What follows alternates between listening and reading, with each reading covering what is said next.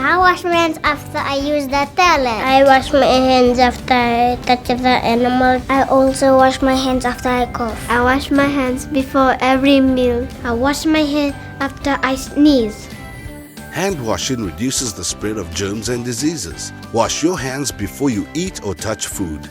Together, let's make hand washing a habit. Clean hands, good health. Yay! This program is brought to you by Colgate. Brush twice a day for strong, healthy teeth.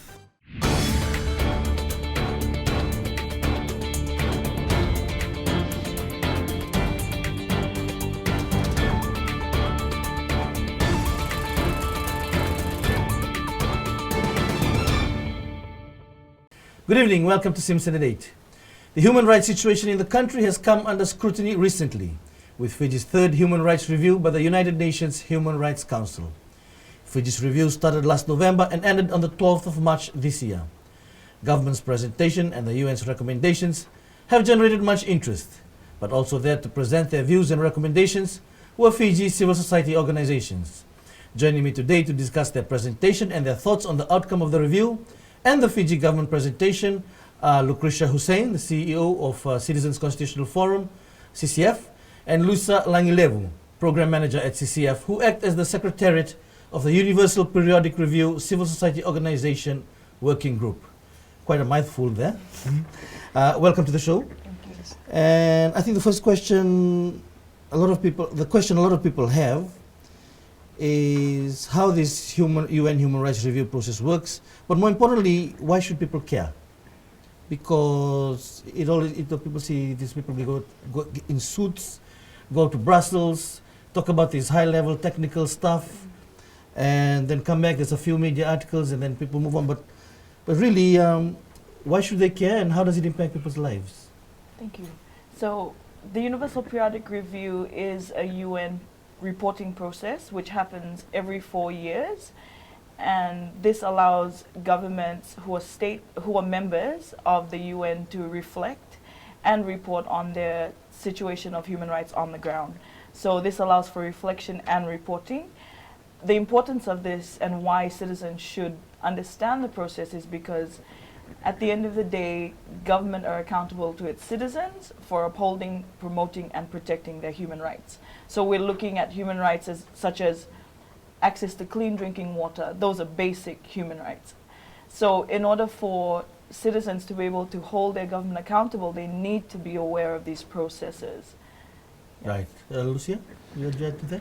Yes, so, basically when any UN member state gets up on stage at the Universal Periodic Review, that is the time and the space where they present what the government of the day has done so far within the past 4 years to actually improve the human rights situation in that particular country.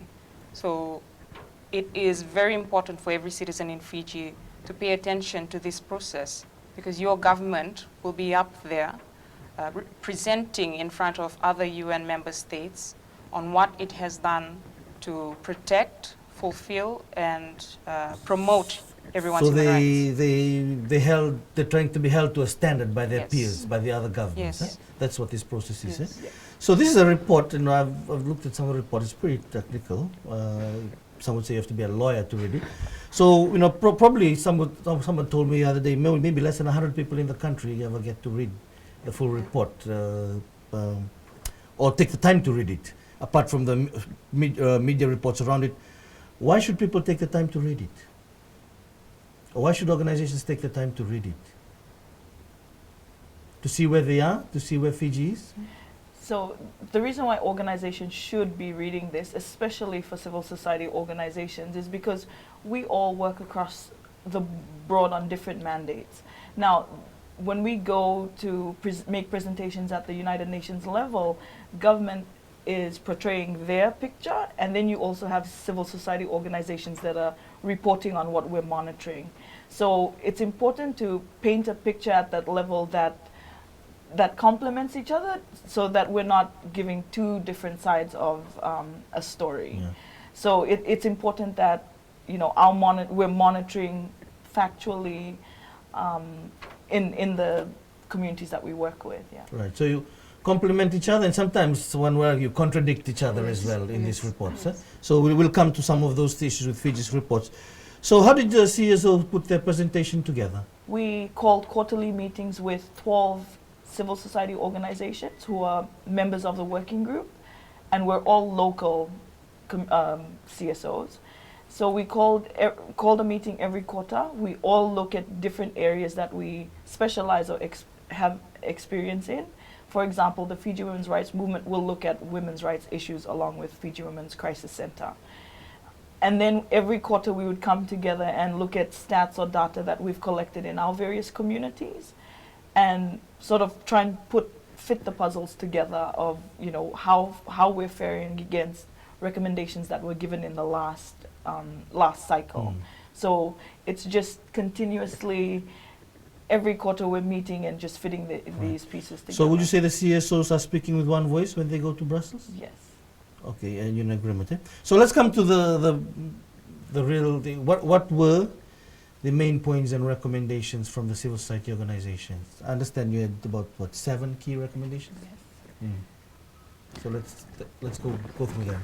So for our joint submission, we, as Louchrisha had explained on the processes that we took as a civil society organization, the 7 key points were on the rights of women, the rights of children, the rights of a child. We also submitted on torture, right, freedom of expression, assembly, and association. We also looked on minority groups, LGBTQI.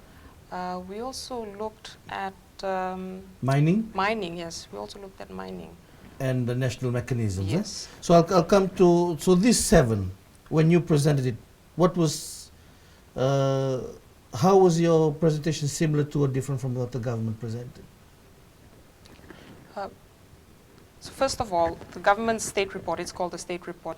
The government actually reports on what work they've done so far. So they're just focused on what they've done so far to meet the recommendations that they've accepted from the last review.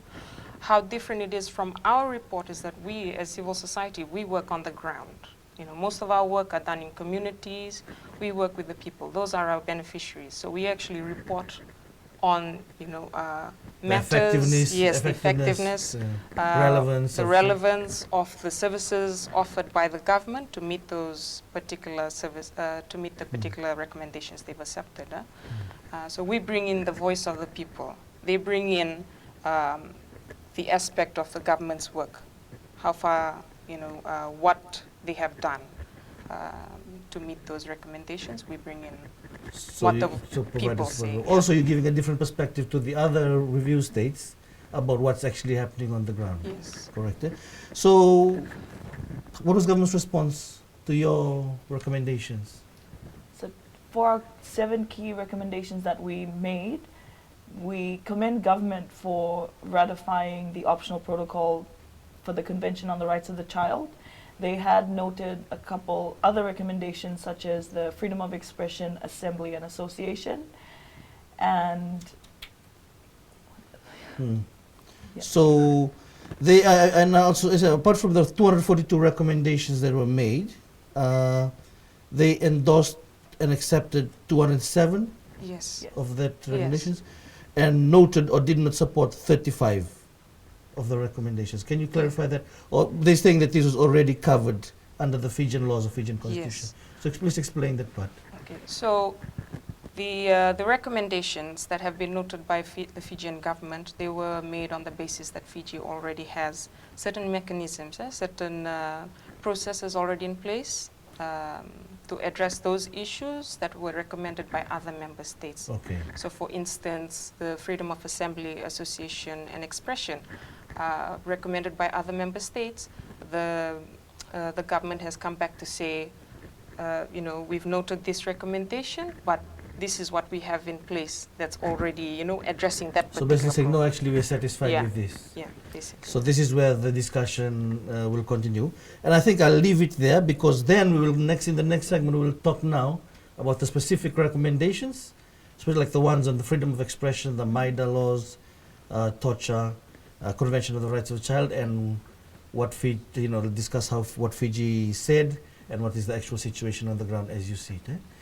You're watching Simpson at 8. Don't go away. We'll be back after the break.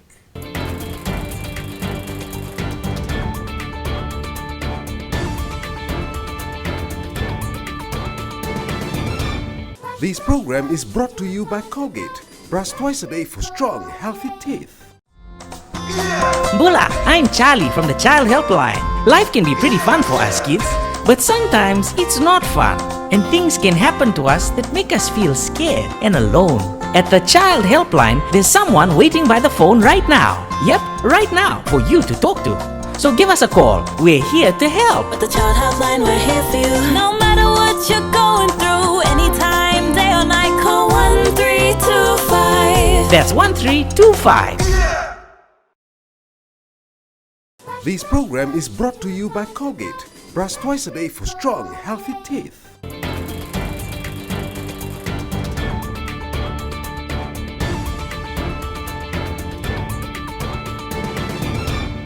Welcome back. You're watching Simpson at 8 with Louchrisha Hussain, the CEO of CCF, and Luisa Lagilevu, Program Manager also of CCF.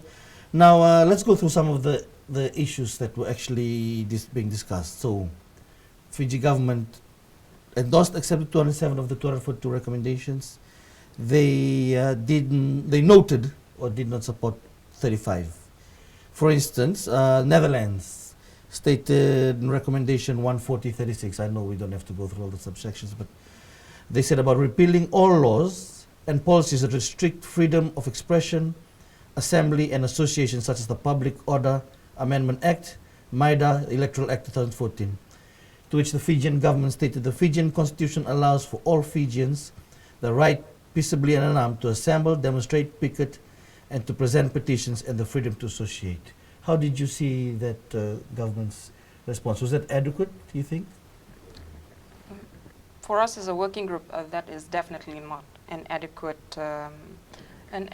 comment from the government on that. So you think that is valid by Netherlands to raise that? Yes, definitely. That is a particular recommendation that has been ongoing since the first review. So for that to be repeated again in the second, in this third review, it's clear that that issue needs to be resolved by Fiji. There is a reason why that recommendation keeps coming up. So you're saying that governments have been stating this since the first review? Yes. And government's been responding the same way? Yes. So what's the problem with government's response? Isn't it under the Constitution? Yes, it is under the Constitution.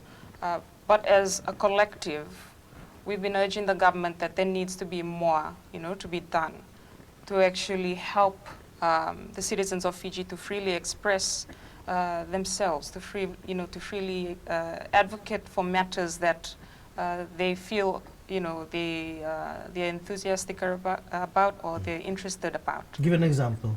For instance, West Papua.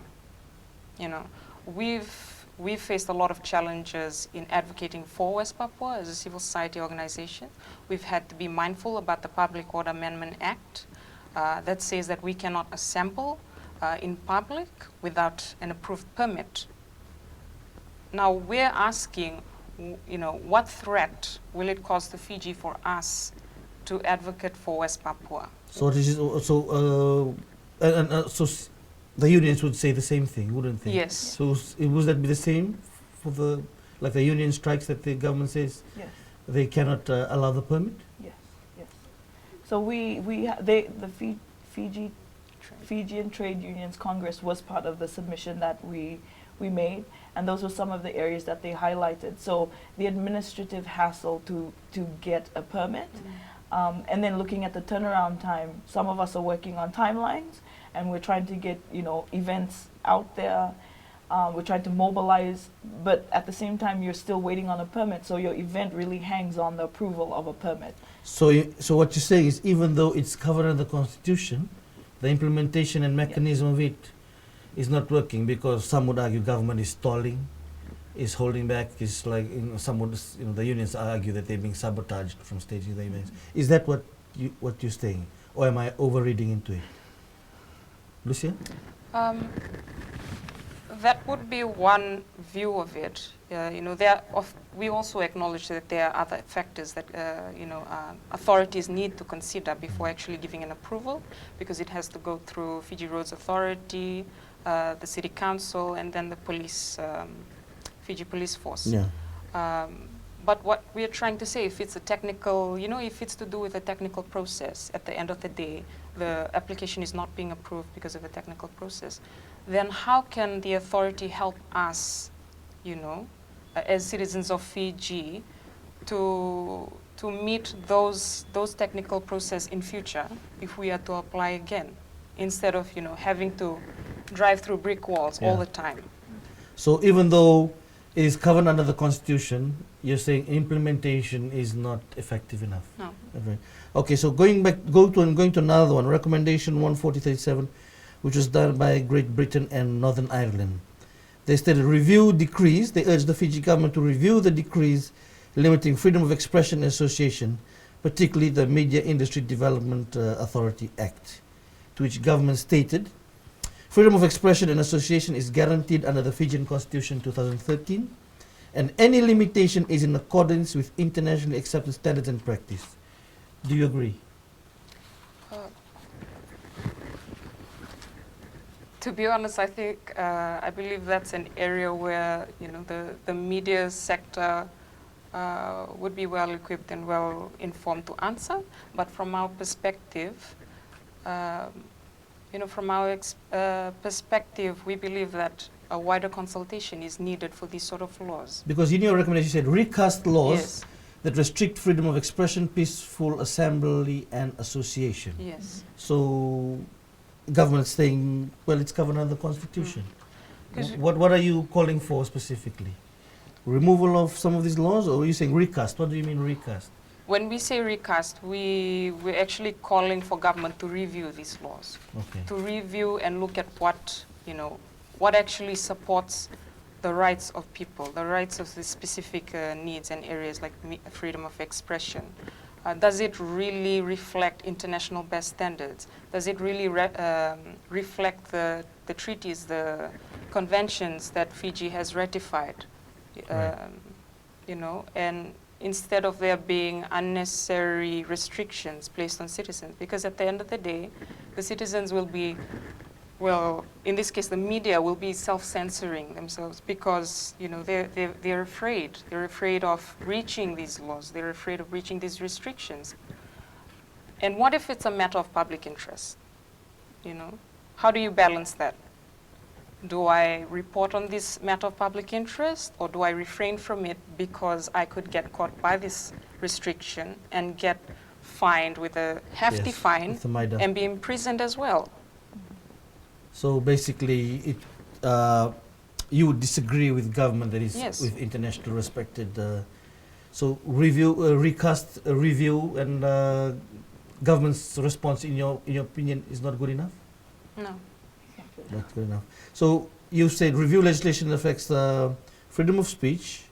I think you also mentioned the Crimes Act and the Public Order Amendment Act. So those are all the three that were raised by those three countries. Would you like to expand on it? Just adding, so we're talking about reviewing policy and recasting policies. For example, the Public Order Amendment Act does state that any 2 or more people getting together is mobilizing. You will need a permit for that. The practicality of 2 people getting out on the street wearing a shirt that says we want transparency, you would need to get a permit for that. So we're looking at the restrictiveness of some of these. So although it might be in our constitution, whether that right is guaranteed, when you look at the implementation part where realistically 2 people, maybe 10 people.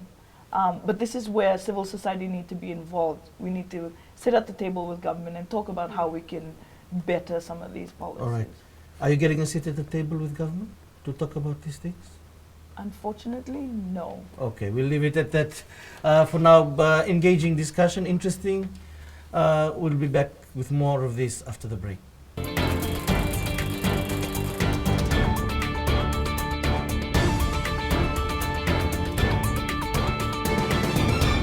This program is brought to you by Colgate. Brush twice a day for strong, healthy teeth.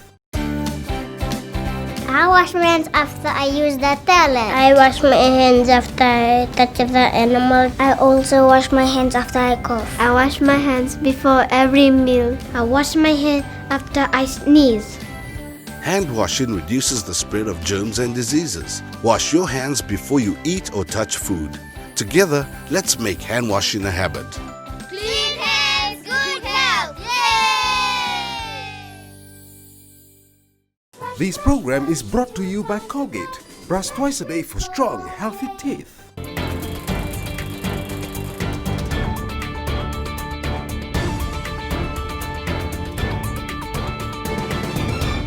Welcome back to Simpson at 8. We're discussing the UN Fiji's report to the UN Human Rights Council and the issues surrounding it with Louchrisha, Hussain and Luisa Lagilevu from CCF.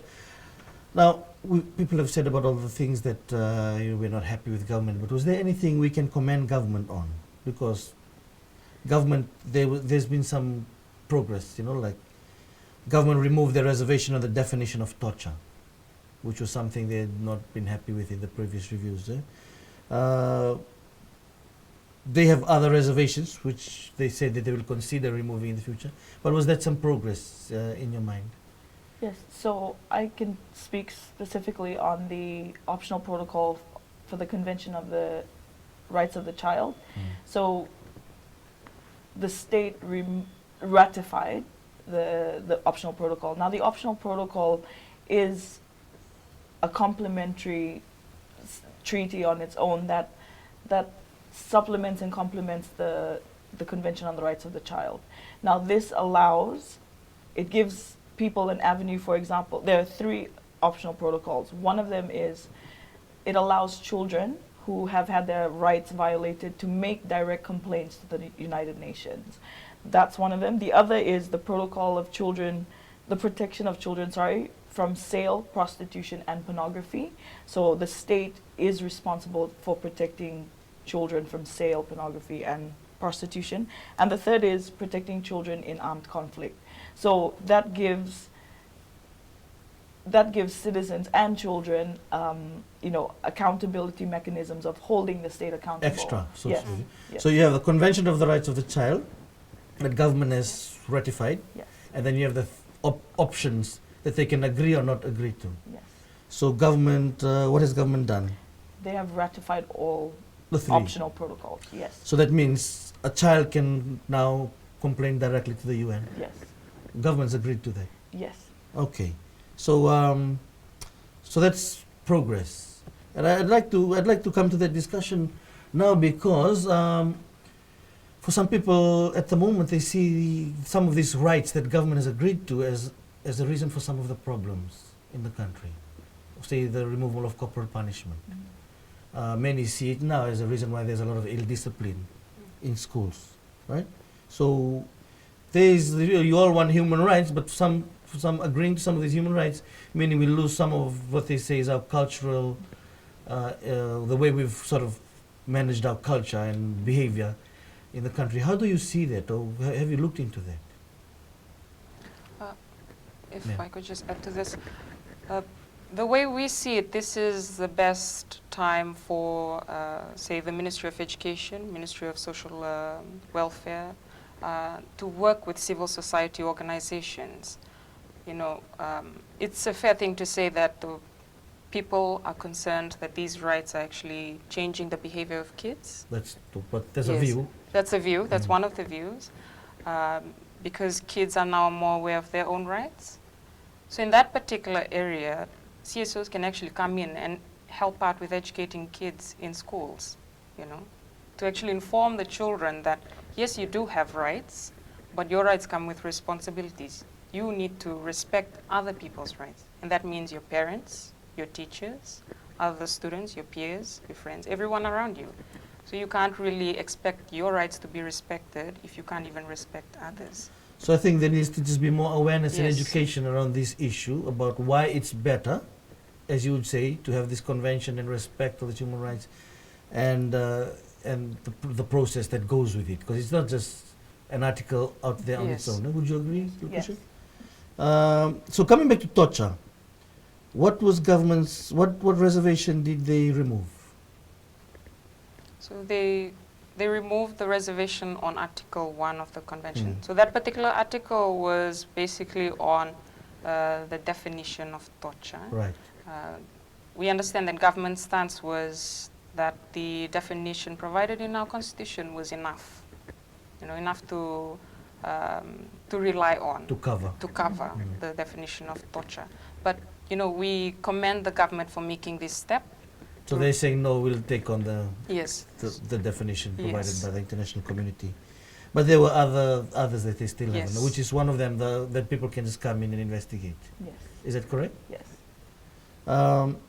So you also called for the adoption of a national strategy to address violence, discrimination, and hate crimes against the LGBTQI community. So please expand on that. What further protection? Because government noted that, again, that's already covered under Section 26 of the Fijian Constitution. So what further safeguards are you after? Because again, this is another sensitive issue. Yes. What people are talking about, too much rights being given now to children and to people who, the minority groups. So what other safeguards are you looking at for them? We're looking at, bettering what systems we have in place. So that would go from legislative policy right down to implementation stage. Right now, what government is saying is that they have a national gender national strategy, I believe. I stand corrected. But there is a strategy plan in place, which is from 2014, that is currently being reviewed. Okay. So some of the responses I've seen by government is that that is the particular strategy in place, and they're looking to review that to also include the LGBTQI community within that strategy. But, there's no harm in having a separate strategy for this community. Because at the end of the day, you're looking at your brothers, your sisters, your family members. Citizens of this country. Yes, the citizens of this country. So just rounding off, now there were previous recommendations. Another one that you made, if I can see, is you're saying for the Fiji Human Rights Anti-Discrimination Commission. That was to take necessary action to ensure the Commission functions in compliance with the Paris Principles. Explain what you wanted to see from the Fiji, because this is another body that comes under scrutiny from the public and whether it's really fighting for human rights. So the Paris Principles is really minimum standards set by the United Nations for national human rights institutions to be assessed by. Now, national human rights institutions get accredited as Paris Principle compliant in areas such as, how independent they are, whether or not they have adequate resources, meaning financially and also human resource, people to actually be offering these services that they're constitutionally mandated to provide. So in essence, you have this law or this treaty, yes. And then the Paris Principle is ensuring that the treaty is effective. Yes. Okay. So you're saying that the Human Rights Anti-Discrimination Commission is not abiding by the Paris Principles? So in this reporting cycle, the state did report that they are currently working on getting reaccredited to become Paris Principle compliant. So right now they're not? They're not currently. Okay. So they're working towards it. So what you think is not working well with the Fiji Human Rights Anti-Discrimination Commission? So for example, something that we stressed in our submission was that the commission is centrally based. Now that's a commission that's handling all of Fiji's human rights violations and cases. Now if you're looking at... So it's only based in Suva? Yes. So they do take services out, but we're talking about, being able to manage the number of cases that are coming up and how effective that one body is managing for the whole of Fiji. So decentralized, yeah. Yes. Any other points? We also touched on finance, whether, to increase their budget for them to be able to carry out their mandate. So resources being the issue. Because some would argue that it's not just the resources that's the issue, but that they're being selective about the issues they take up. But from your point of view, in this regard, you're just focusing on what they need to do their job better? No, from our, well, in addition to that, also we also pushed for the commission to operate sufficiently to meet the public's needs. As our CEO has stated, the Paris Principle compliance looks at various factors. So that includes how the commission operates, the resources it has, the framework that it operates under. Now for that, we also called for the independence of the commission. Independence is an issue, yes. You think? Yes. This is to do with how the commission operates. Now in the legislation, the constitution itself as well states that the commission cannot investigate on certain areas, as well as the act that the commission operates under. That, if you're giving restrictions for the commission, that's already hindering its work. That's already hindering its work. Why would you place a restriction on the commission to not take on certain investigations on its own regarding human rights when it's a human rights commission? Right. So it should take all human rights matters. And that's not Paris Principle compliant. Okay. But I'd also like to say that we do acknowledge the different models of national human rights institutions. Okay. So this is one model. Yes. National mechanisms for reporting. There were previous recommendations made in the second review that was done in 2014. And some of those government has not made it, or have they made progress? How would you describe the progress from the second review to this third review? They have somewhat progress, meaning, well, looking specifically at child's rights and UN CAT, the Convention Against Torture, by removing Reservation 1. But there are areas that we've mentioned earlier around freedom of expression, assembly, and association that we'd like to see them move towards accepting, hopefully in the next cycle. Okay, so we can move towards that. So people can keep that in mind. And the final question is, now the review is over, where to from here?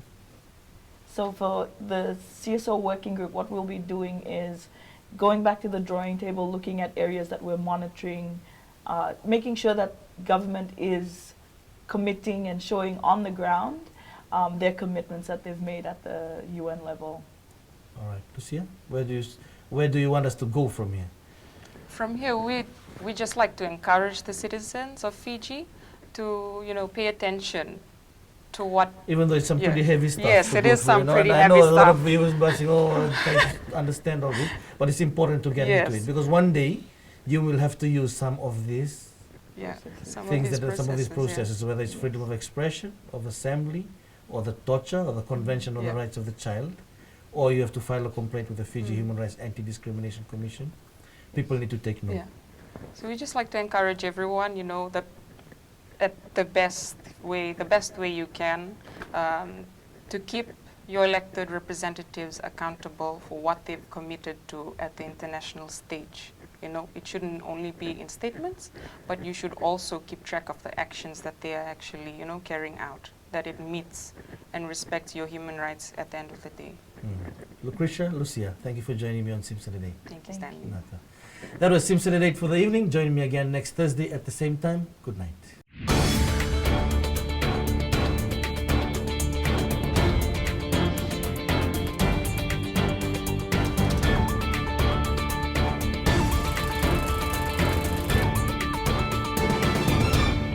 This program was brought to you by Colgate. Brush twice a day for strong, healthy teeth. Has something ever happened to you that made you feel scared or alone, but you didn't know what to do?